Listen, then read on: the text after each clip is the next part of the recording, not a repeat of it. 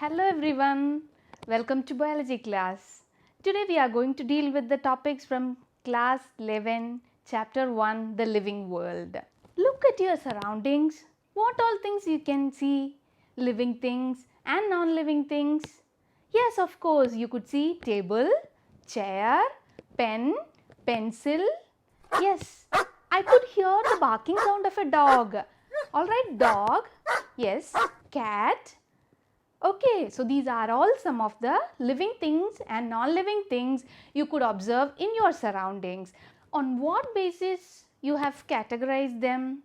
Based on movement, yes, respiration, yes, growth, yes, reproduction, yes, very nice. Alright, so these are all some of the characteristics in which you have classified living and non-living. These characteristics may be definitive or non-definitive. Let us discuss one by one. The first feature is growth. All living organisms can grow. In case of unicellular and multicellular organism, cell division affects differently. In unicellular organism, the formation of two individuals takes place by cell division. But in case of multicellular organism like plants and animals, in case of plants, cell division occurs throughout the lifespan. But in case of animals, it is restricted to a certain age. After that, it is restricted to certain tissues by replacing the old one. Everything which grows cannot be considered as growth. Let us take an example of a rock. It can grow when sand gets deposited over it. Can we consider as a living organism? No, it cannot be considered as a living organism. So, growth can be a non-definitive feature of living organism. Another important feature of living organism is reproduction. In case of unicellular organism, growth and reproduction are synonymous as both increases its number. But in case of multicellular organism, in case of plants and animals, sexual reproduction as well as asexual reproduction takes place. That you have already discussed in your class 10. The asexual modes of reproduction includes yeast, hydra budding, planaria regeneration, and fungi and algae fragmentation. But some of the organism cannot reproduce. For example, a worker bee, it cannot reproduce. So we can consider this reproduction as a non-definitive feature. Next feature is metabolism. As we all know that our body is made up of many chemicals and several chemical reactions occurring in our body. So the constructive process takes place as well as the destructive process takes place. The constructive process we can call it as anabolism and the destructive process we can call it as catabolism.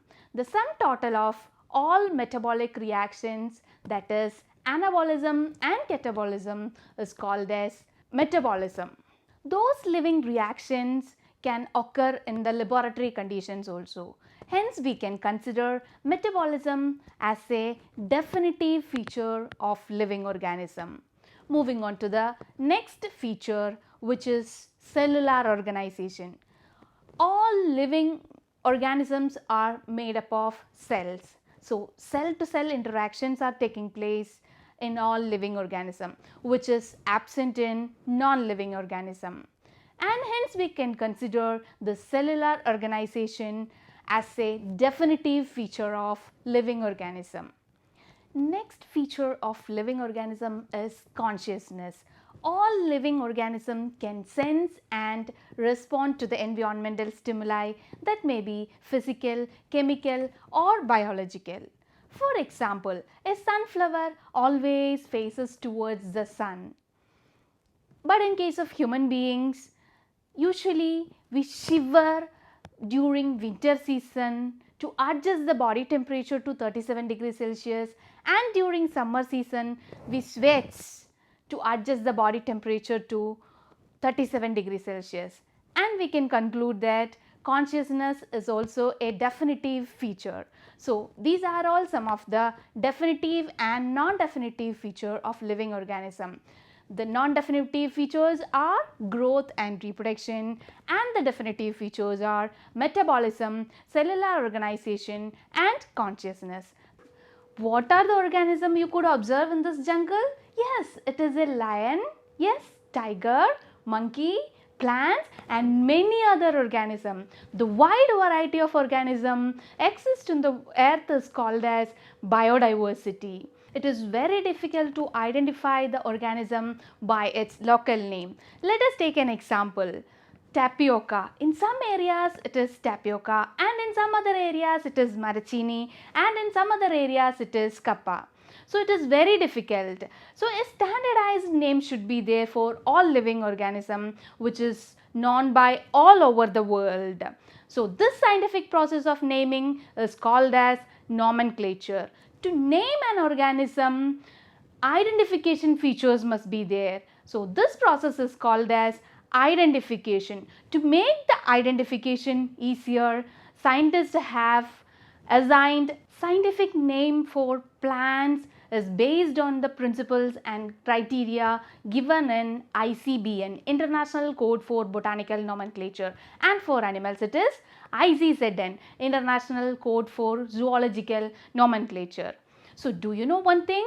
While writing the scientific name, certain rules are to be followed. So let us take an example. For rice, it is Oryza sativa. So it consists of two components. One is Oryza, that is the generic name, and another one is the specific epithet, which is sativa. So let us move on to the rules. So the first rule is that it is Latin in origin, and the second rule is that the first name represents the genus name and the second name represents the species name.